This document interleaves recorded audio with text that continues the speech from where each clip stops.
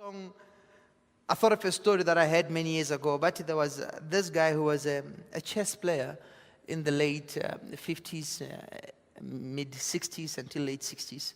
As a chess player, every tournament that he played, he was just winning. Came to a point where when people wanted to play against him in a particular tournament, they knew that they were going to play for position 2, 3. That's how good he was. After being a champ for over 12 years, he decided, I need to retire. This is not fun anymore. Each time I play, I win. So I'm not really adding any value to anyone else. Let's look for the next step where I can now try and teach young people. So I started involving himself with certain universities, teaching them how to play chess.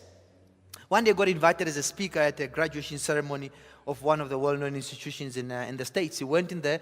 As he was walking from the parking lot to the auditorium with the professor, there were trophies and pictures of chess players from that particular school.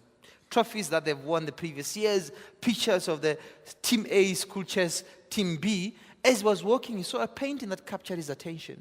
He looked at this painting. On the left-hand side, there was a guy with his hands raised up. On the right-hand side, there was a guy sad. And the sad guy had his fingers on the king piece. And then the king piece was being tilted. And for those who are chess players, you understand that once the king goes down, it means check, mate. Means it's over. This chess player stood there and looked at this picture for about 30 seconds. He started doing his mental calculations. Looked around.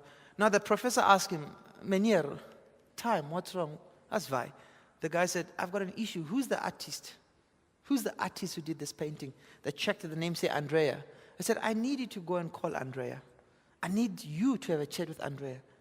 Andrea either needs to change the title of the painting, which was checkmate, or change the picture.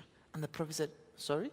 Andrea needs to come back, change the painting, or change the title.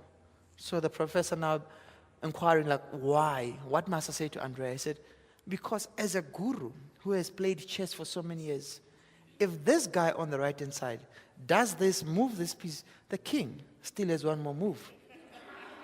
And if the king still has one more move, then it can't be checkmate. I'm not sure who your Andrea is. Someone for sure said to you, give up, yeah, checkmate. You'll never pass this thing. You'll never be a business person.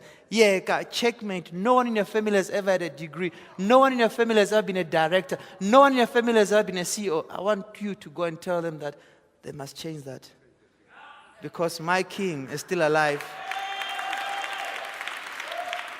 My king still has one more move.